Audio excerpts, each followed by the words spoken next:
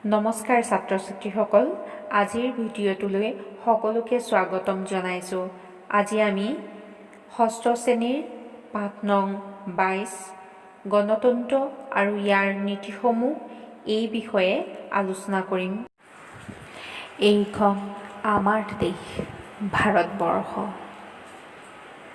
ভাৰতবৰ্ষ এখন গণতান্ত্ৰিক দেশ। আমাৰ দেশত গণতন্ত্ৰ প্ৰতিষ্ঠা কৰিবলৈ দীঘলীয়া সংগ্ৰাম কৰিবলগীয়া হৈছিল। এই সংগ্ৰামত বহুতো যুঁজাৰুৱে নিজৰ আত্মজীৱন বলিদান দি আমাৰ ভাৰতবৰ্ষৰ স্বাধীনতা ব্ৰিটিছৰ পৰা কাঢ়ি আনিছিল। ভাৰতবৰ্ষ স্বাধীন হোৱাৰ পিছতেই এই দেশত গণতান্ত্ৰিক শাসন ব্যৱস্থা প্ৰৱৰ্তন কৰা হৈছিল। এই শাসন ব্যৱস্থা জনপ্ৰিয় হোৱাৰ কাৰণ হ'ল গণতন্ত্ৰত সকলো লোকে পোনপটীয়াকৈ অথবা আওপকীয়াকৈ দেশৰ শাসন ব্যৱস্থাত অংশগ্ৰহণ কৰিবলৈ সুবিধা পায়। ছাত্ৰ ছাত্ৰীসকল, তোমালোকে জানানে গণতন্ত্ৰ মানেনো কি? গণ মানে হৈছে জনসাধাৰণ আৰু তন্ত্ৰ মানে হৈছে শাসন ব্যৱস্থা, অৰ্থাৎ জনসাধাৰণৰ বা জনগণৰ শাসন ব্যৱস্থা। পৃথিৱীৰ বহু দেশতে গণতন্ত্ৰ প্ৰতিষ্ঠা কৰিবলৈ সংগ্ৰাম কৰিছিল। তাৰে ভিতৰত আমি চাউথ আফ্ৰিকাৰ কথা উল্লেখ কৰিব পাৰোঁ। চাউথ আফ্ৰিকাত নেলছন মেণ্ডেলা নামৰ এজন ব্যক্তিৰ নেতৃত্বত 1994 চনত গণতন্ত্ৰ প্ৰতিষ্ঠা কৰা হয়।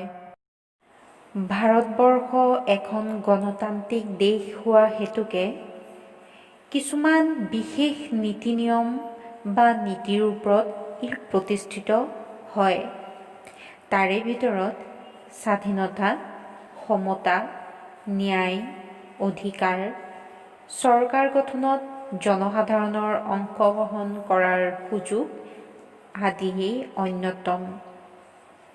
এই নীতিবোৰে এজন নাগৰিকক মুক্ত জীৱন যাপন কৰিবলৈ সুযোগ প্ৰদান কৰে। গণতন্ত্ৰত সকলোৱে স্বাধীনতা উপভোগ কৰে। আমাৰ ভাৰতবৰ্ষৰ সংবিধানে নাগৰিকসকলক বিভিন্ন ধৰণৰ স্বাধীনতা প্ৰদান কৰিছে। সেয়া হৈছে নিজৰ মনৰ ভাৱ প্ৰকাশ কৰিব পৰা স্বাধীনতা, সকলো ধৰ্মকে সমান চকুৰে চোৱা বা সন্মান জনোৱা, আমি সকলোৱে নিজৰ দেশৰ ভিতৰত মুকলিভাৱে এঠাইৰ পৰা আন ঠাইলৈ যাব পাৰোঁ। আমি নিজ ৰাজ্যৰ বাহিৰে আমাৰ দেশৰ অন্য ৰাজ্যতো মাটি কিনি ঘৰ সাজি বসবাস কৰিব পাৰোঁ। প্ৰয়োজন অনুসৰি অনুষ্ঠান প্ৰতিষ্ঠানক যোগ দিব পাৰোঁ।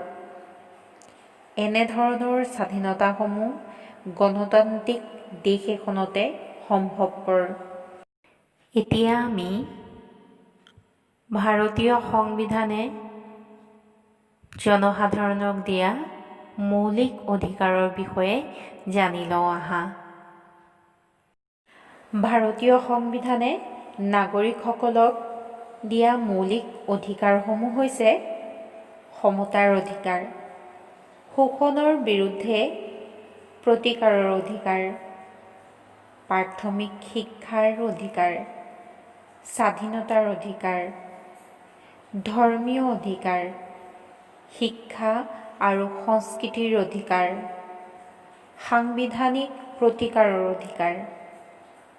এই আটাইবোৰ অধিকাৰকে মৌলিক অধিকাৰ বুলি কোৱা হয়।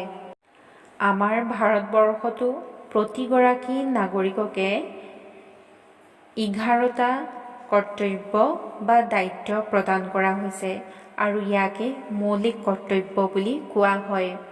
সেইবোৰ কি কি জানি লওঁচোন আহা। দেশৰ ৰাষ্ট্ৰীয় সংগীত আৰু ৰাষ্ট্ৰীয় পতাকাৰ প্ৰতি সন্মান দেখুওৱা, স্বাধীনতা আন্দোলনত অনুপ্ৰাণিত কৰা মহান আদৰ্শসমূহক শ্ৰদ্ধা কৰা, ভাৰতৰ ঐক্য আৰু সংহতি ৰক্ষা কৰা, দেশখনক ৰক্ষা কৰা আৰু দেশৰ প্ৰতি সেৱা আগবঢ়োৱা, ভাৰতৰ বিভিন্ন অঞ্চলৰ মানুহৰ মাজত ভাতৃত্ববোধ সৃষ্টি কৰা, ভাৰতৰ ঐতিহ্যক মৰ্যাদা দিয়া আৰু সংৰক্ষণ কৰা, প্ৰাকৃতিক পৰিৱেশ ৰক্ষা কৰা আৰু সকলো জীৱিত প্ৰাণীৰ প্ৰতি দয়াশীল হোৱা, বৈজ্ঞানিক দৃষ্টিভংগীৰ বিকাশ সাধন কৰা, ৰাজহুৱা সম্পত্তি ৰক্ষা কৰা আৰু হিংসাত্মক কাৰ্য পৰিহাৰ কৰা,